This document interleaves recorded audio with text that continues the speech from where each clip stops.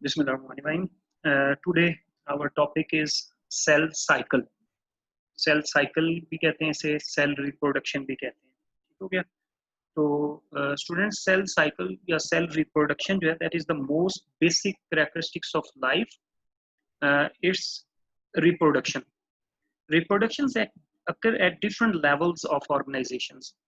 आपको पता है कि कंटिन्यूटी ऑफ लाइफ के लिए रिप्रोडक्शन का होना बहुत जरूरी है. There are many different characteristics that occur in living organisms. उसमें एक बहुत ही important characteristics है, वो है reproduction, because every living organism has a very fixed small portion span of life. So after that वो organisms जो हैं वो खत्म हो जाते हैं. तो जब reproduction का process होगा उनके अंदर, तो वो अपनी generation को continue कर सकेंगे. So reproduction occur at different level. Cell level पे भी हो सकती है, organism level पे भी होती है. So parts of cells such as chromosome produce new chromosomes, cell produce new cells, and individual produce offsprings like themselves. तो ये सारे level हैं reproduction के. If we recall from our first chapter, we should remember Rudolf Virchow.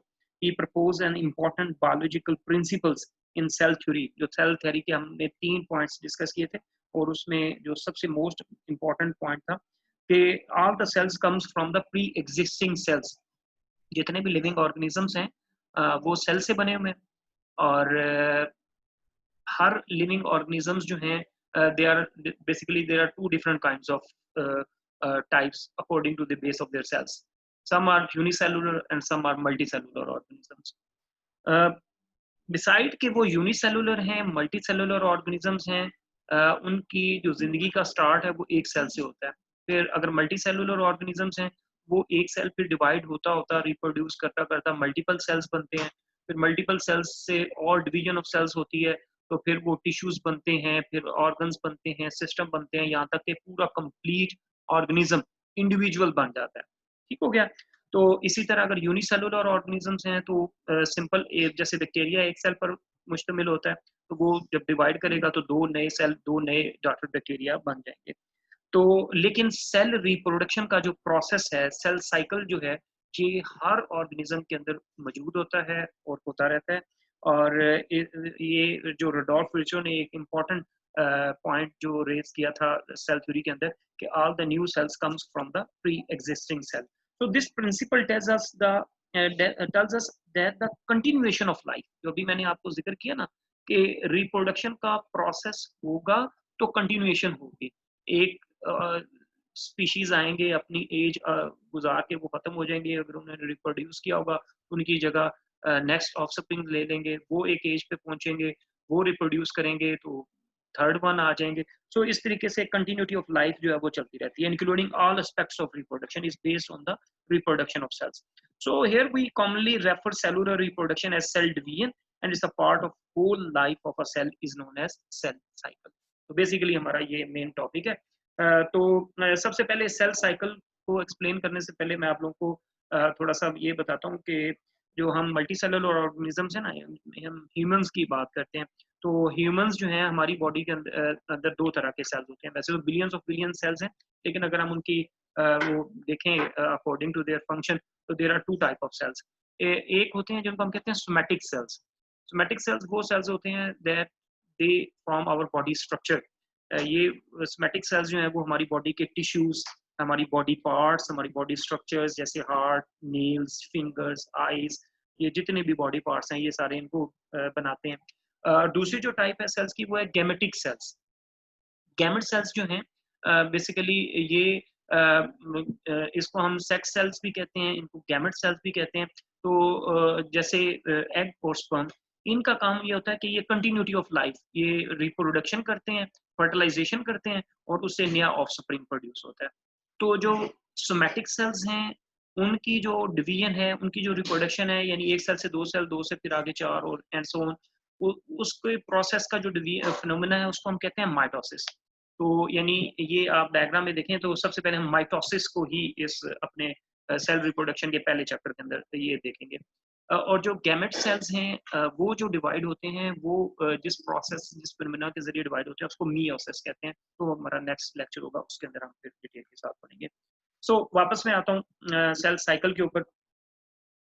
तो cell cycle को उस पे जाने से पहले अगर मैं आपको थोड़ा-सा इसकी सेल रेगुलेशन आपको थोड़ा-सा तरतीब बताऊँ कि सेल किस तरीके से डिवाइड होते हैं, इस डायग्राम के अंदर आप देखें। तो cell cycle is the series of events from the time as a cell is reproduced until it complete mitosis and produce new cell. यानी ये G1 से शुरू होता है सिलसिला, फिर एस फेज आता है, G2 फेज आता है, यानी इसको हम इंटरफेज कहते हैं, अलहदा से हम इसको पढ़ेंगे।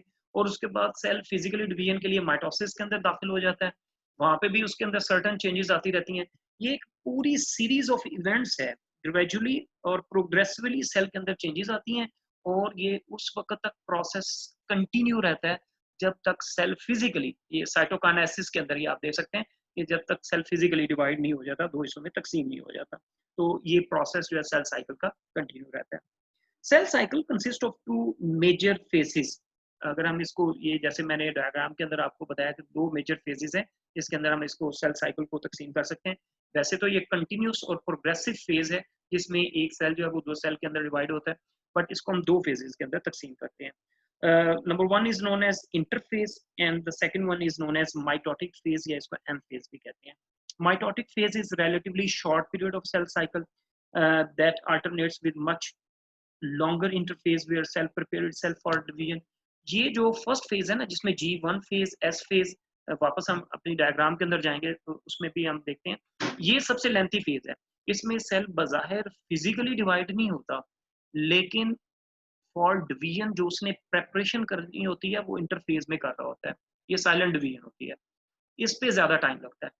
और जब ये इंटरफेस कंप्लीट हो जाता है तो माइटोटिकली फिजिकली उसको अलग होना दैट इज वेरी सिंपल, और वो जल्दी हो जाता है। Interface is the time when cell metabolic activity is very high as it perform various function.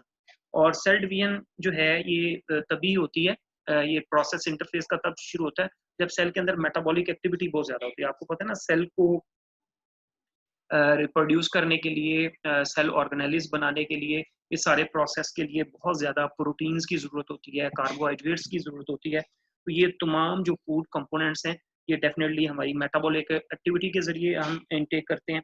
तो लिहाजा जब सेल डिवाइड करना शुरू करता है तो वो अपनी मेटाबॉलिक एक्टिविटी को इंक्रीज कर देता है।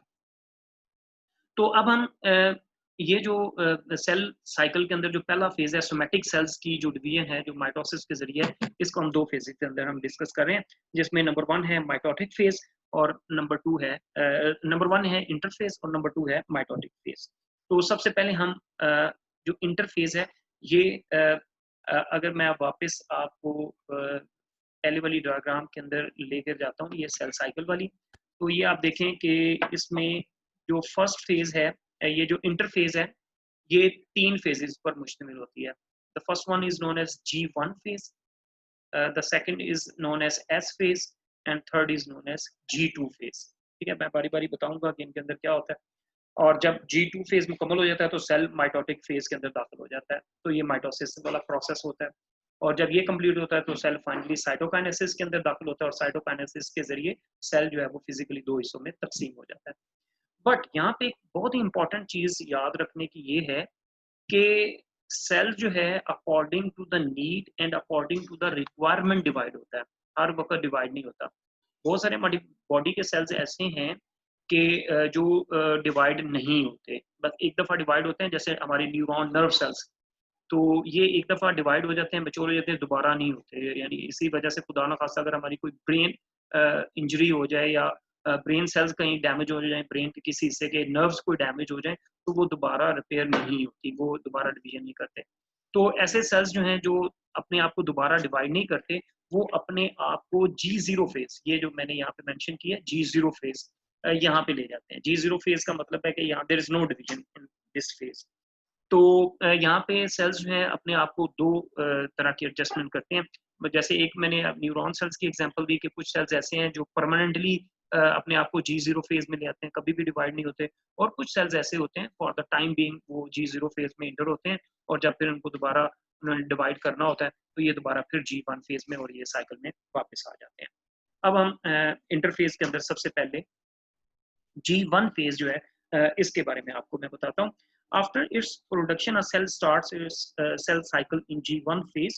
So during this phase, cell increase its supply of proteins, as increase the number of its organelles like mitochondria, ribosomes. ये जो हमने cell organelles के अंदर पढ़ा, मैंने आपको बताया ना कि ये हमारे जितने भी cell organelles हैं, they are made by proteins.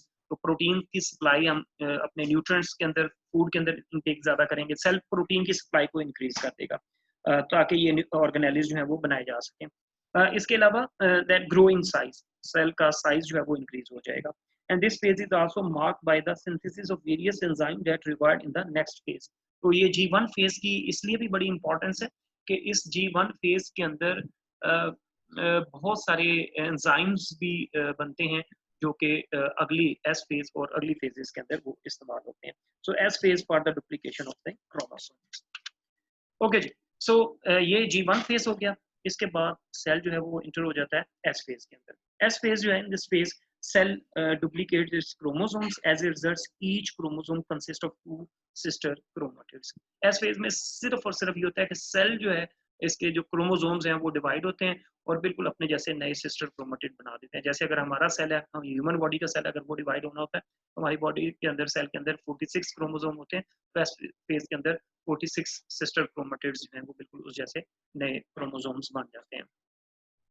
Okay, the next one is G2 phase. G2 phase, in the G2 phase, cell prepare proteins that are essential for mitosis, mainly for the production of spindle fibers.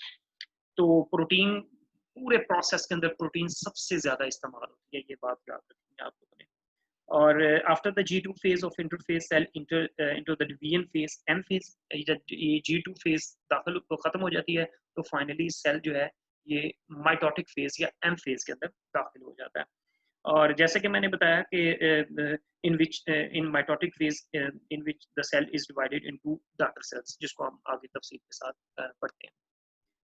अच्छा, जैसे कि मैंने यहाँ पे फिर G0 का आपको जिक्र किया, in multicellular eukaryote cells enter G0 phase from G1 and stop dividing. G1 से वो G0 में आ जाते हैं जिन्होंने डिवाइड नहीं करना होता। And some of the cells remains in G0 for indefinite period, for example neuron cells, and some of the cells enter G0 phase semi-permanently, that some cells of our liver and kidney and many cells do enter G0 and continues to divide throughout the organism's lifespan. तो कुछ sales हमारी body के ऐसे हैं जो कभी भी G0 phase में दाखिल नहीं होते, वो हर वक्त डिवाइड होते रहते हैं, जैसे एपिथेलियल सेल्स वगैरह। सो this is about the interphase. तो ये वो पहली सेल रिप्रोडक्शन के अंदर फेज है जिसमें सेल अपने आप को प्रिपेयर कर रहा है फॉर द डिवीजन। तो इसके बाद जब ये G1 फेज, एस फेज और G2 फेज कंप्लीट हो जाती है तो फाइनली सेल जो है वो दाखिल हो जाता है माइटोटिक फेज के अंदर, जिसको हम माइटोसिस भी कहते हैं। ठीक है, इसके सबसे पहले तो मैं आपको ये डायग्राम माइटोसिस की, ये वाला जो पोर्शन है जिसमें आप देखें ये G1 S phase, G2 phase तक यहाँ इंटरफेज था और ये आगे माइटोसिस फेज है। इसमें आप देख सकते हैं कि क्रोमोसोम सेग्रीगेशन होती है। हम पढ़ेंगे 4 फेजेस हैं, प्रोफेज, मेटाफेज, एनाफेज, टेलोफेज, जिसमें मुख्तलिफ तरीकों से क्रोमोसोम जो है वो अलग-अलग होते हैं, जो एस फेज में डुप्लीकेट होते हैं। ठीक हो गया, और फिर माइटोटिक फेज के अंदर साइटोकाइनेसिस आ जाता है। दोबारा इस माइटोसिस वाले को हम आगे डिटेल के साथ मजीद जो है वो डिस्कस करते हैं। Okay ji, finally the cell is enter into the mitotic phase. This is also known as mitosis. इसको हम माइटोसिस भी कहते हैं। ये आ गया जी आपके सामने माइटोसिस। जैसे मैंने भी बताया कि somatic cells are those from the body of organisms, which germ line cells are those which give rise to the gametes. So somatic cells undergo mitosis while germ line cells are gamete cells undergo meiosis. तो जो somatic cells हैं हमारी body के, जो हमारी body के parts, structures, हमारी body structure बनाते हैं, वो माइटोसिस के जरिए डिवाइड होंगे, और जो हमारे जर्म लाइन सेल्स हैं, गैमेट सेल्स हैं, एग है, स्पर्म है, वो मियोसिस के जरिए डिवाइड होंगे। जी, अब हम सबसे पहले देखते हैं माइटोसिस। बेसिकली सोमैटिक सेल्स की ये डिवीजन का प्रोसेस है। इन 1880s 1880 में एक जर्मन बायोलॉजिस्ट था, that name was Walther Flemming. He observed that in a dividing cell, nucleus passes through a series of changes, which he called mitosis. Walther Flemming ने first time ये mitosis को जो है वो discover किया, इसको observe किया और इसने देखा कि जो एक सेल है जब वो माइटोटिक फेज के अंदर दाखिल होता है तो खास तौर पे उस सेल के अंदर जो न्यूक्लियस है उस न्यूक्लियस के अंदर बहुत सारी चेंजेस होती हैं, न्यूक्लियस डिवाइड होता है and each of the same number of chromosomes as what presents in the parent cell. और जो एक और उसने बड़ी जबरदस्त चीज वो ये देखी कि जब पेरेंट सेल माइटोसिस के जरिए डिवाइड होता है तो चाहे हमारी बॉडी का है या किसी भी ऑर्गेनिज्म की बॉडी का है तो उसके अंदर जितने उस पेरेंट सेल के अंदर नंबर ऑफ क्रोमोसोम्स होंगे उतने ही आगे दो नए डाटर सेल्स के अंदर क्रोमोसोम्स होंगे। Chromosome number should be the remains constant, should remain same। ये कंडीशन है माइटोसिस के अंदर। Mitosis occur only in eukaryote cells, in multicellular organisms like somatic cell undergo mitosis, whereas prokaryotic cells undergo a process similar to mitosis but mainly known as binary fission। उनके अंदर ये nucleus होता ही नहीं है तो इस तरह का पूरा प्रोसेस नहीं होता। तो बेसिकली माइटोसिस जो है वो हमारे जो यूकैरियोट सेल्स हैं, ये जो हमारी जैसे हम हैं, एनिमल्स हैं, प्लांट्स हैं, इस तरह के जो मल्टी सेलुलर ऑर्गेनिजम्स हैं यूकैरियोट सेल्स उनके अंदर होता है। ओके, तो अब हम इसको माइटोसिस की इसकी डेफिनेशन हमने पढ़ ली, वेल्दर फ्लेमिंग के बारे में थोड़ा सा पढ़ लिया, न्यूक्लियस के अंदर जो उसने चेंजेस ऑब्जर्व की उसको हमने पढ़ लिया। अब हम आगे जाते हैं इसके फेजेस ऑफ माइटोसिस की तरफ। जी, ये मैं आपको इसमें दिखाता हूँ इसके फेजेस जो हैं।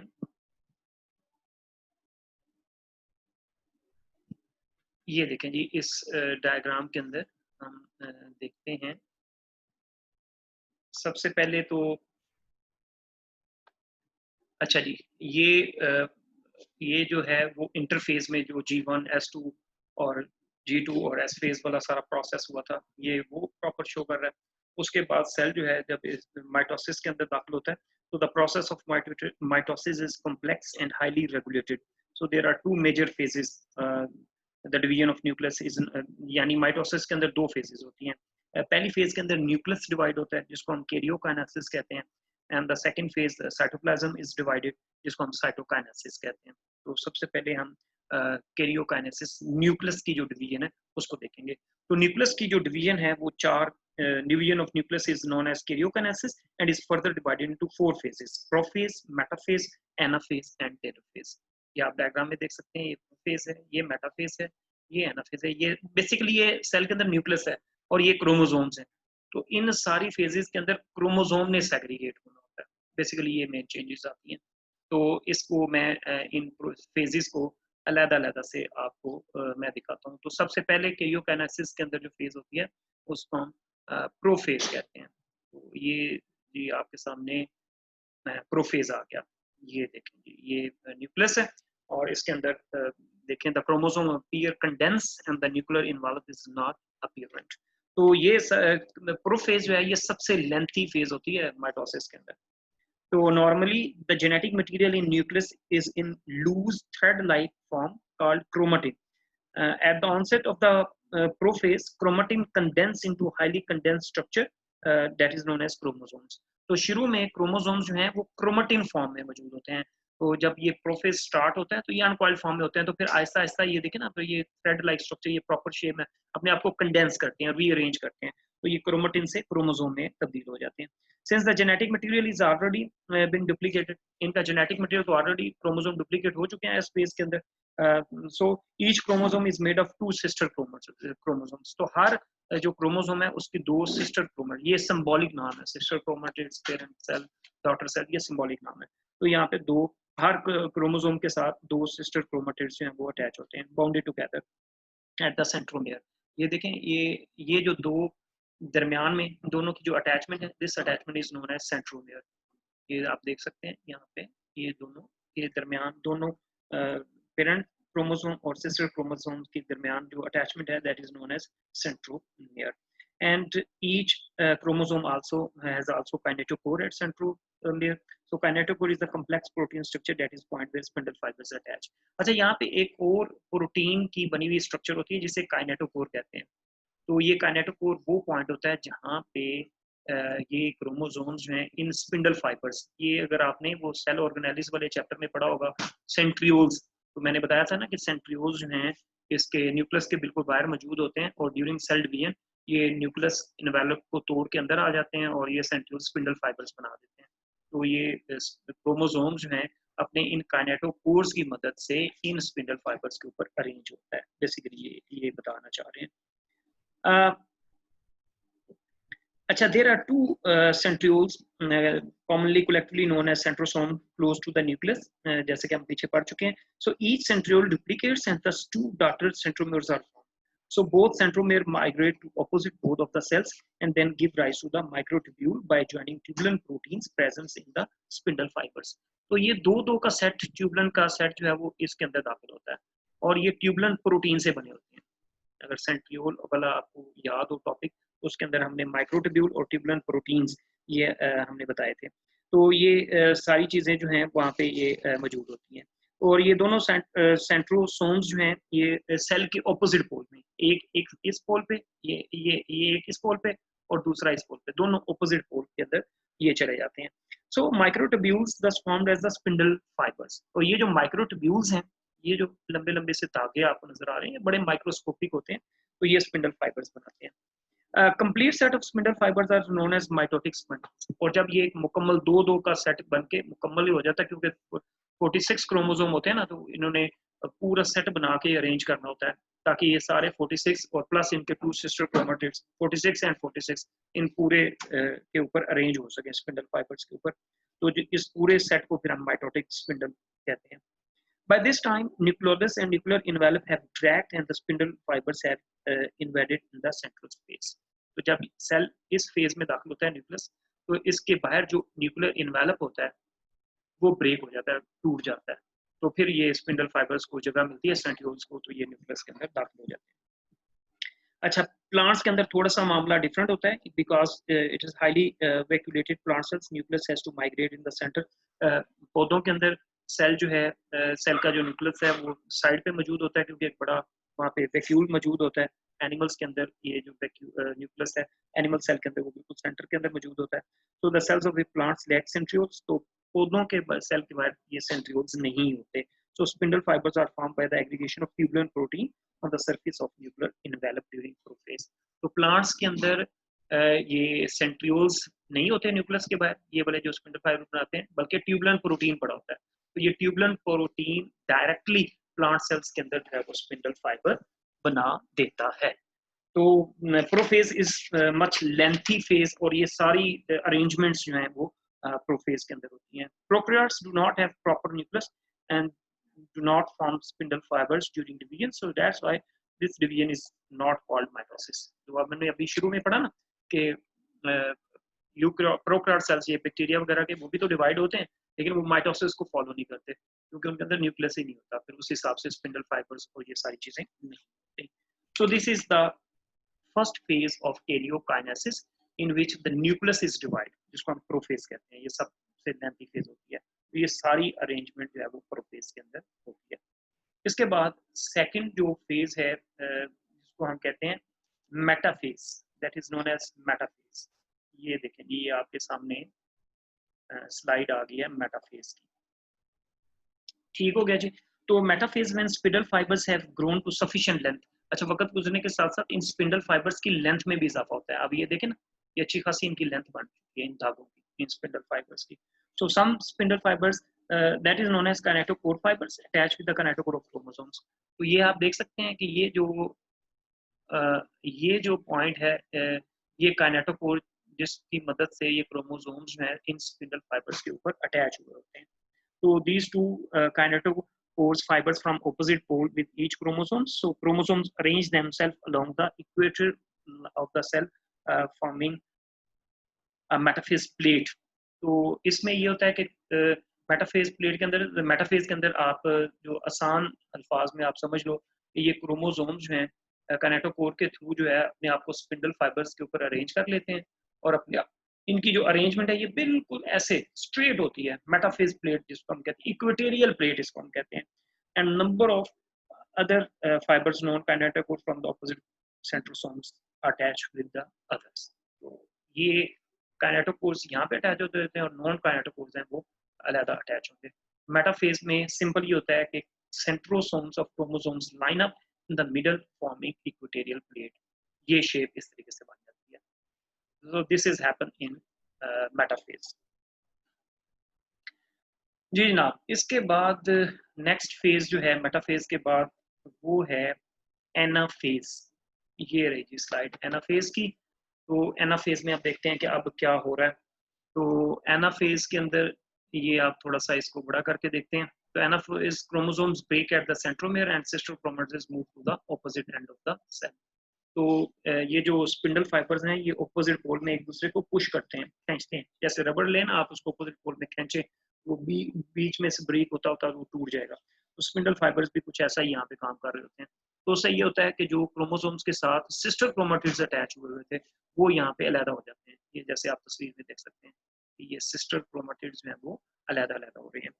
So when a kinetochore spindle fibers connect with the kinetochore of chromosomes, it starts to pull toward the originate centromeres. तो centromeres पे ये जहाँ पे ये attachment होती है तो opposite pole में एक दूसरे को push करते हैं। This pulling force divide the chromosomes, sister chromatids and they separate.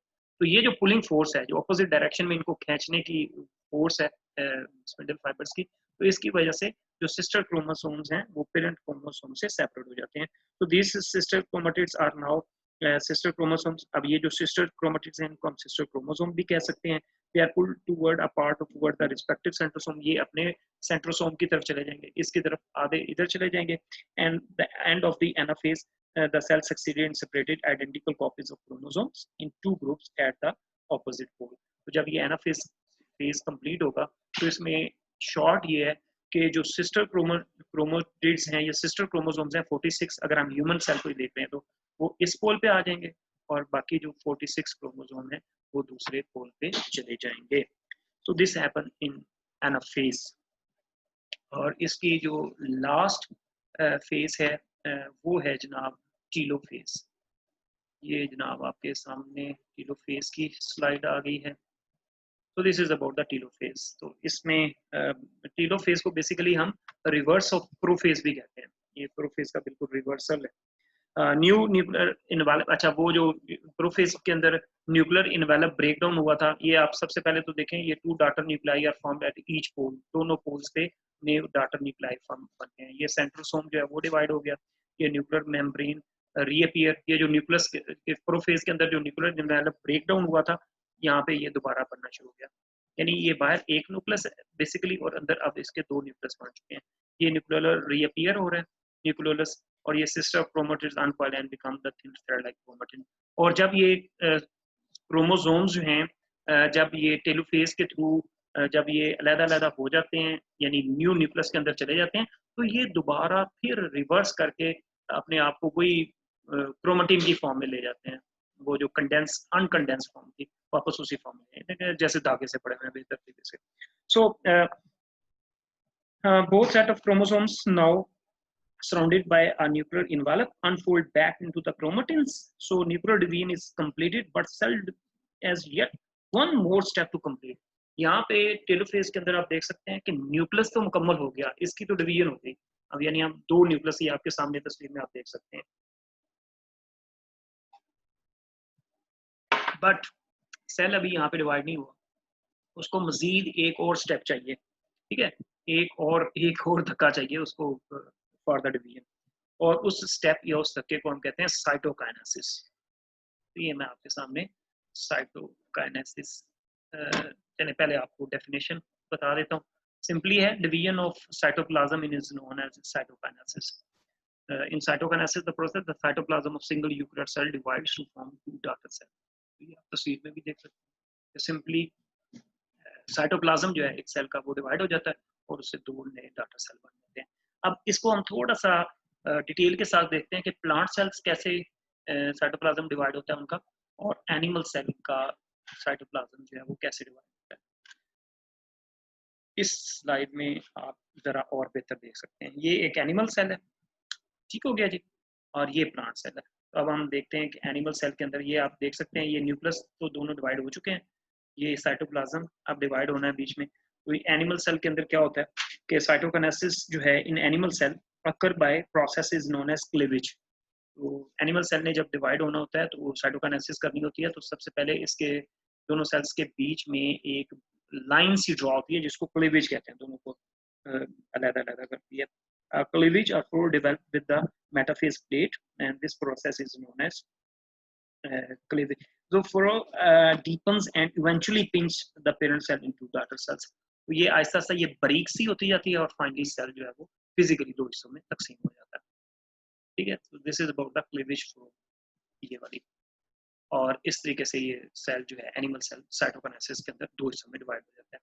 Whereas अगर हम प्लांट सेल्स की बात करते हैं तो cytokinesis in plant cells occur differently, क्योंकि वो प्लांट सेल के बाहर तो वो सेल वॉल भी मौजूद होती है ना, तो एक अलग मैटर है. So vesicles derived from the Golgi apparatus move to the middle of the cells and fuse to form a membrane bounded disc cells called plate or phragmoplast. तो ये आप देख सकते हैं, ये सेल प्लेट भी इसको कहते हैं, इसको फ्रैग्मोप्लास्ट भी कहते हैं. तो ये गोल्जी बॉडीज जो हैं ये वो बनाते हैं. ये भी सेल ऑर्गेनेलिस के अंदर हमने गोल्जी बॉडीज भी डिटेल के साथ पढ़ रखा है. सो इसको हम फ्रैग्मोप्लास्ट भी कहते हैं, सेल प्लेट भी कहते हैं.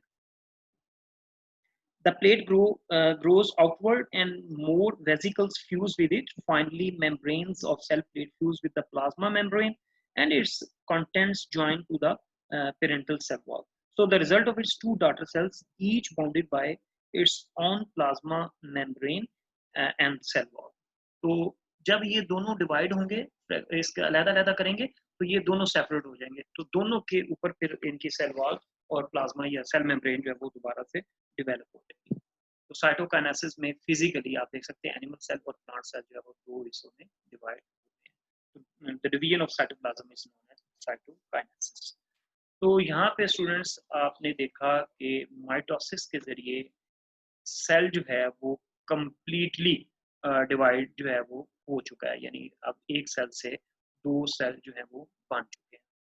तो आई होप सो कि इस पूरे प्रोसेस के अंदर आपको कोई प्रॉब्लम नहीं होगा. इसके मटेरियल्स मैंने ऑलरेडी शेयर किया हुआ है क्लास, गूगल क्लास के अंदर. तो बाकी आपका जो भी क्वेश्चन होगा मोस्ट वेलकम.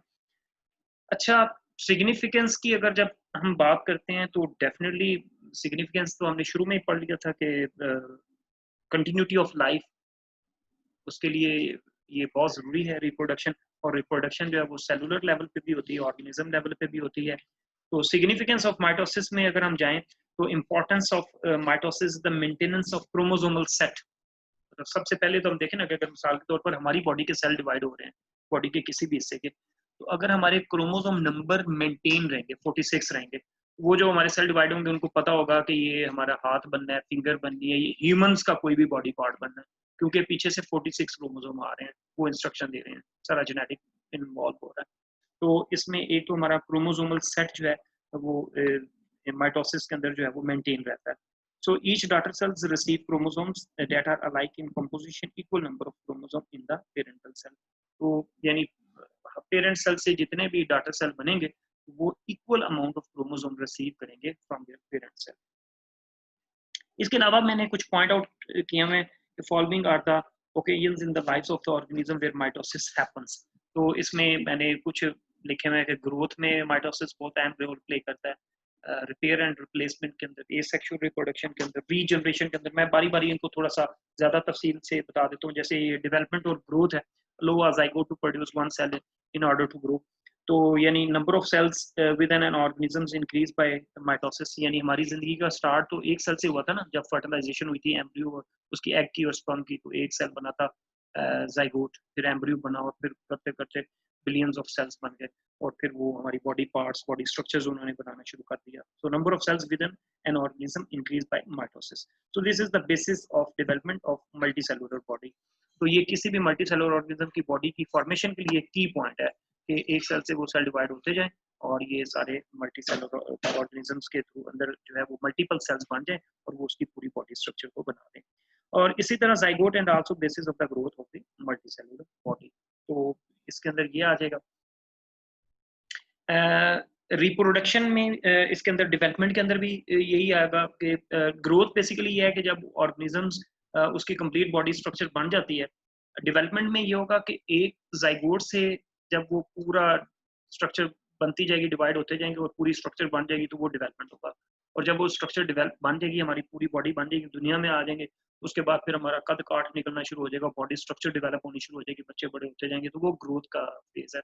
या इवन आपने सीड लगाया प्लांट उस मट्टी के अंदर, तो सीड से जब वो प्लांट बनने तक का अमल जो है वो डेवलपमेंट है, और फिर वो पौधा जब बेबी प्लांट निकल आएगा और फिर वो एक तनावर दरख्त बनेगा, तो वो सारा ग्रोथ है। तो ये सारा प्रोसेस जो है वो सेल डिवीजन की वजह से ही होता है। सो माइटोसिस की सिग्निफिकेंस के अंदर growth and development is very important significant, इसकी बहुत ज़्यादा इंपॉर्टेंस है। फिर अगर हम सेल रिप्लेसमेंट और रिपेयरमेंट की तरफ जाएं, तो in some parts of the body skin and digestive tract cells are constantly sloughed off and replaced by the new ones. So new cells are formed by mitosis and are exact copy of the cells being replaced. Similarly, red blood cells have short lifespans, about 4 months. So new red blood cells are formed by mitosis. तो हमारी body के अंदर तो बहुत सारे sales ऐसे हैं जो कि रिप्लेस होते रहते हैं, रिपेयर होते, ब्रेक डाउन हो जाते हैं, इंजर्ड हो जाते हैं या डिस्ट्रॉय हो जाते हैं, तो फिर उसकी जगह पे एग्जैक्टली नए सेल्स वो आ जाते हैं हमारे।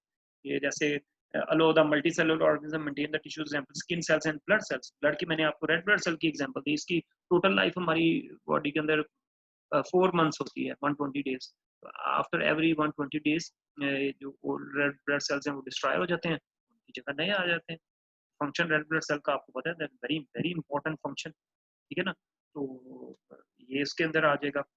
इसी तरह रिपेयर के अंदर अगर हम देखें, रिप्लेसमेंट के अंदर, तो रिप्लेसमेंट के अंदर अगर हम खेलते उलते कोई साइकिल चलाते हुए गिर जाएं बच्चे खासतौर पे, तो उनके स्किन पे जख्म आ जाता है या कोई स्किन बर्न हो जाए, जख्म आ जाता है, तो हम थोड़ा सा उसको करते हैं, पट्टी वट्टी करते हैं, उसको इन्फेक्शन से बचाते हैं, और वहाँ पे सेल डिवाइड होना शुरू हो जाते हैं, तो वो डैमेजिंग पार्ट को खत्म कर देते हैं और नई फ्रेश स्किन सामने आ जाती है। रिपेयरमेंट भी है। Regeneration, some organisms can regenerate parts of the other bodies. The production of new cells achieved by mitosis, for example sea star regenerates lost arm through mitosis। तो रीजनरेशन हमारे में नहीं होती कि ये ना हो कि हम फिंगर काट लें कहीं रीजनरेट करके तो दोबारा नई फिंगर बन जाएगी। हमारे यहाँ बोन हीलिंग होता है, जख्म ठीक हो जाता है, बट रीजनरेशन उस तरह की हमारे अंदर नहीं होती। ये स्टार आर्म्स हो गए, लिजर्ड्स हो गए, इनकी आप टेल या आर्म रिमूव हो जाए तो ये माइटोसिस के जरिए डिवाइड करके सेल को वो नया पार्ट बना लेते हैं। आखिर में मैंने लिखा हुआ है एसेक्सुअल रिप्रोडक्शन। तो asexual reproduction, some organisms produce genetically similar offspring through asexual reproduction. So mitosis is the mean of asexual reproduction. For example, Hydra reproduce asexually by budding.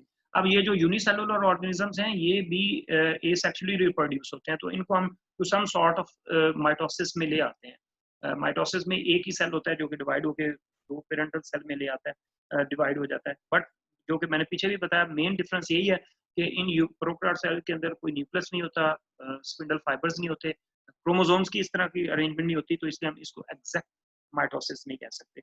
So mitosis continue in the cell of bud and grow into a new individual. So same divisions happens during asexual reproduction, like vegetative propagation in plants. So ये mitosis जो है, that is some kind of asexual reproduction also. So these are the significance of mitosis. अच्छा जनाब, ये तो हैं वो सारी चीज़ें जो बिल्कुल सही हो रही हैं और आपकी बॉडी में एनर्जी भी है, प्रोटीन भी है, और आपकी बॉडी को जो है आपका ब्रेन कंट्रोल कर रहा है, और जहाँ पे ज़रूरत है सेल्स डिवाइड हो रहे हैं माइटोसिस के ज़रिए। तो लेकिन अगर इस पूरे प्रोग्रामिंग के अंदर कहीं पे कोई एरर आ जाए, कोई मिस्टेक हो जाए या कहीं पे कोई प्रॉब्लम आ जाए, तो उससे फिर डेफिनेटली बहुत प्रॉब्लम भी हो जाता है। तो error is the control of mitosis में काज कैंसर। सबसे बड़ा तो इसमें यह है कि अगर हमारी बॉडी के किसी भी हिस्से में अगर एबनॉर्मल सेल डिवीजन शुरू हो जाए तो उससे कैंसर हो सकता है। So all the cells have genes that control the timing and number of mitosis. तमाम सेल्स के अंदर ये क्रोमोसोम्स डीएनए जीन्स होते हैं जो कि सेल की डिवीजन को कंट्रोल कर रहे होते हैं। So cause a permanent error or change in the normal DNA molecules. तो ये अगर एरर आता है तो ये डीएनए या जेनेटिक जो मेकअप है उसको ये डैमेज कर सकता है। Can be caused by various mutagens such as toxic compounds, radiations or viruses। तो ये एरर जो है वो टॉक्सिक कंपाउंड की वजह से भी आ सकता है, सेल डिवाइड होने में प्रॉब्लम हो सकता है, रेडिएशंस की वजह से, या कोई वायरल इन्फेक्शन हो जाए उसकी वजह से भी। So mutations is passed during the anaphase and therefore found in the localised group of the cells. तो वो फिर जो जिस बॉडी के अंदर ये पार्ट के अंदर ये एरर आया वो वहीं पे होगा, वो आगे शिफ्ट नहीं करेगा ऑफस्प्रिंग के अंदर। तो मियोसिस के माइटोसिस का जो एरर है, इसमें जो सबसे ज्यादा जो डेंजरस चीज होती है वो कैंसर है। तो all the cells have genes that control the timing and number of mitosis. Sometime mutation occur in such genes and cells continue to divide, so it results in growth and abnormal cells called tumors. तो अगर ये abnormal cells body के किसी भी हिस्से में बनने शुरू हो जाएं और वो मैसेज ऑफ सेल्स बना दें, वहाँ पे एक स्ट्रक्चर सी बना दें, तो उसको हम ट्यूमर कहते हैं। As long as these tumours remains in the original location they are called benign tumours. अगर तो वो अपनी जगह पे पड़े हुए हैं, उस जगह कोई वो एक सॉलिड सा मैस बना रहे हैं, तो उसको हम बेनिग्न ट्यूमर कहेंगे। But if the invade other tissues they are called malignant. लेकिन अगर वो वहाँ के जो सराउंडिंग के जो बाकी नॉर्मल टिश्यूज हैं, सेल्स हैं, उनको डैमेज करना शुरू कर रहे हैं, तो हम उनको मैलिग्नेंट कहेंगे, कैंसरस ट्यूमर्स कहेंगे। And their cells are called cancer cells, और उस हिस्से के सेल्स को हम कैंसर सेल्स कहेंगे। Such tumors can send cancer cells to the other parts of the body where new tumors may form. अब ये दो कंडीशंस होती हैं, या एक ही जगह पे रहते हैं, या फिर ये बॉडी के बाकी हिस्सों में मूव करना शुरू कर देते हैं। जब कैंसर के पेशेंट्स खुदा न खास होते हैं, डॉक्टर के पास उनका वो सारा जब उनकी चेक करते हैं उनको, तो वो देखते हैं कि बॉडी के एक हिस्से में उन्होंने स्टे किया हुआ या डिफरेंट हिस्सों में मूव करते हैं। अगर ये स्प्रेड कर जाए तो फिर उसका ट्रीटमेंट या उसकी रिकवरी जो है वो बहुत मुश्किल हो जाती है। लेकिन अगर एक ही जगह पे एक ही हिस्से में हो, तो वहाँ से उसको केमोथेरेपीज के जरिए या डिफरेंट जो ट्रीटमेंट्स हैं उसके जरिए उनको रिमूव किया जा सकता है। So some tumors can send cancer cells to the other parts in the body where new tumors may form. So this phenomena is known as metastasis, यानी spreading of diseases. अगर वो एक बॉडी के एक हिस्से से दूसरे हिस्से में चले जाते हैं, तो उसको हम मेटास्टेसिस का नाम देते हैं। So this is the main error in mitosis. तो ये था जी आज का हमारा टॉपिक, चैप्टर था सेल रिप्रोडक्शन। और सेल रिप्रोडक्शन के अंदर हमारे बेसिकली दो प्रोसेस थे, माइटोसिस और मियोसिस। तो आज हमने माइटोसिस के हवाले से जो डिटेल्स थी कि माइटोसिस क्या होता है, उससे पहले इंटरफेस के बारे में हमने पढ़ा, फिर हमने माइटोसिस के बारे में पढ़ा, और माइटोसिस की डिफरेंट फेजेस जो हैं वो उसको हमने डिस्कस किया, फिर साइटोकाइनेसिस को पढ़ा, और फिर हमने सिग्निफिकेंस भी पढ़े, और आखिर में हमने एरर इन माइटोसिस पढ़े। तो इस तरीके से हमारे सेल्स जो है एक रेगुलर प्रोग्रामिंग के तहत जो है सीक्वेंस के तहत जो है वो बॉडी के अंदर डिवाइड होते रहते हैं, नए सेल्स बनते रहते हैं, और जो पुराने सेल्स हैं वो डिस्ट्रॉय होते रहते हैं। तो mitosis is a great blessing. So this is about the mitosis. तो आज का लेक्चर हमारा यहाँ तक होगा। Thank you so much.